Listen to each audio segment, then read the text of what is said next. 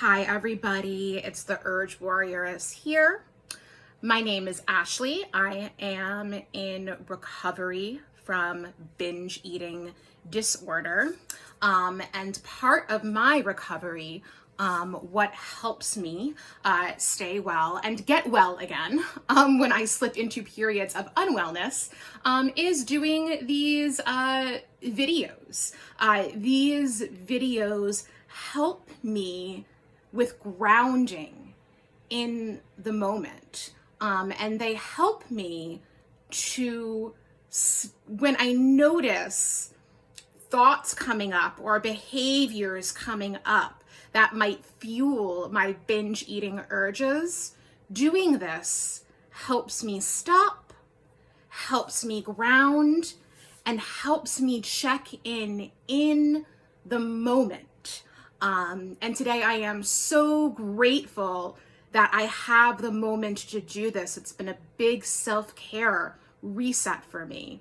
But yeah, basically this helps me stop, get in the moment, and shift gears so I am operating and approaching life from a grounded, wise, healed place rather than the injured place of my eating disorder and my trauma.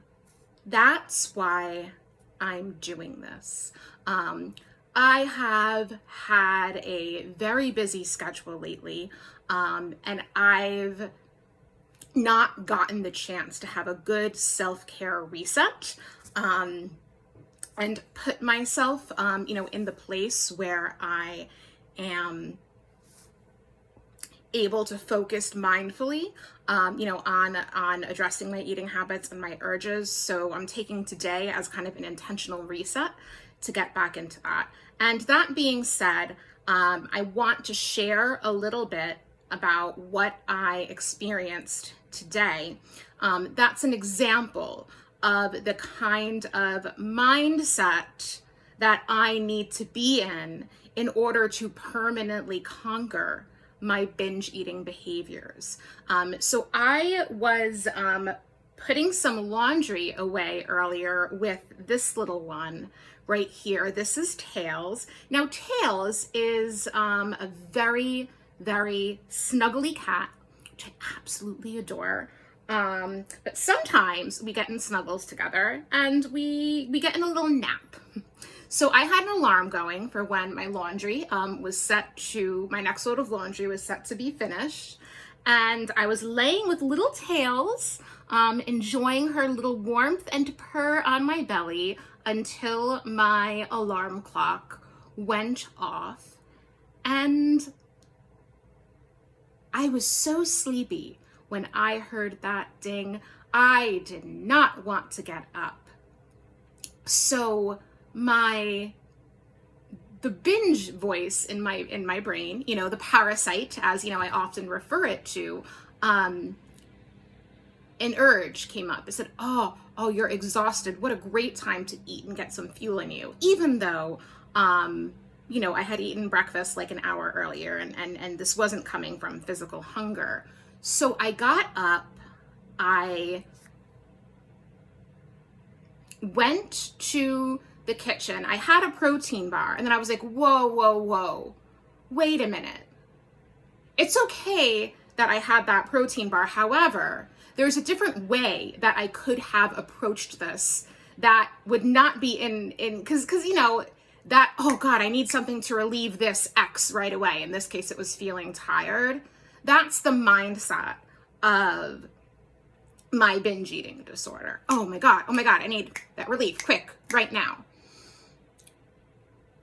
And I took a few steps back and I told myself, Ash, there's another way of doing this, right? And it even could have been, wow, I'm really tired. What else can I do other than eating for a boost?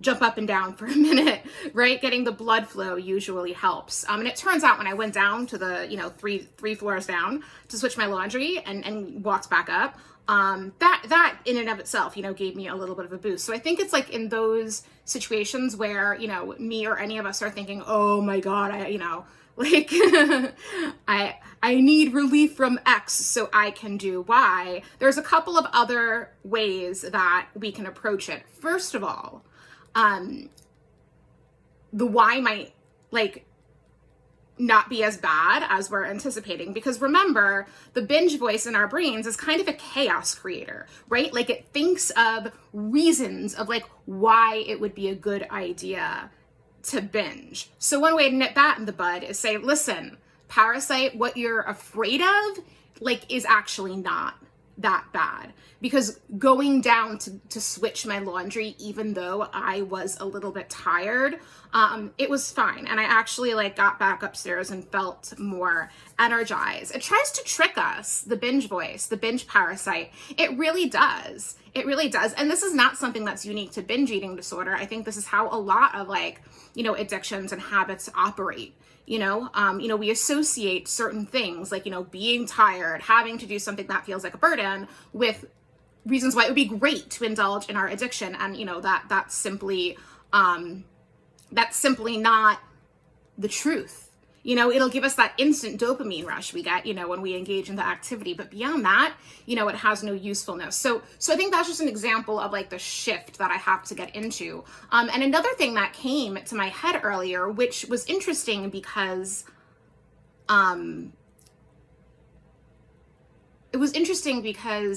this has not come to my head in the longest time.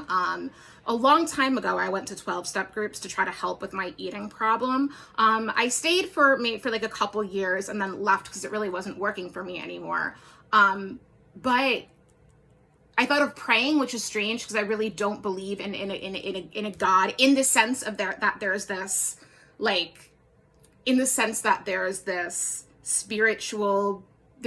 spiritual being in the sky controlling everything. I don't believe in God in that sense, but I do believe in the cathartic and practical power of surrendering, right?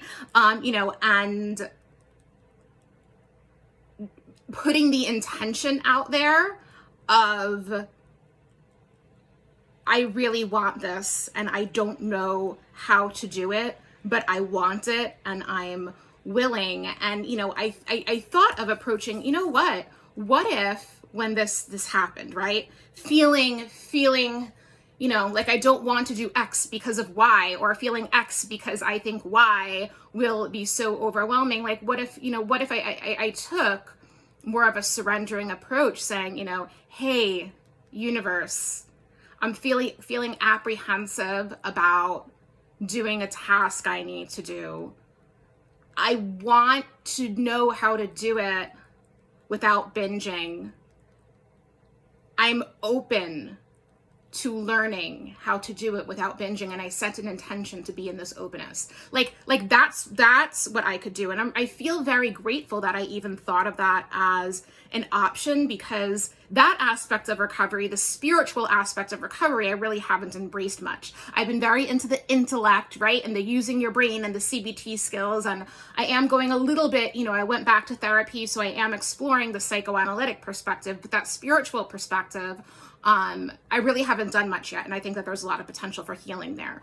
So that's just what I'm going to leave everybody with today. I really appreciate you checking in with me, and if you've made it this far in this video, thank you for hanging out with me. I hope it was useful to you, and I hope you have a great self-care Saturday, and Tails and I will see you soon. Thanks. Take care.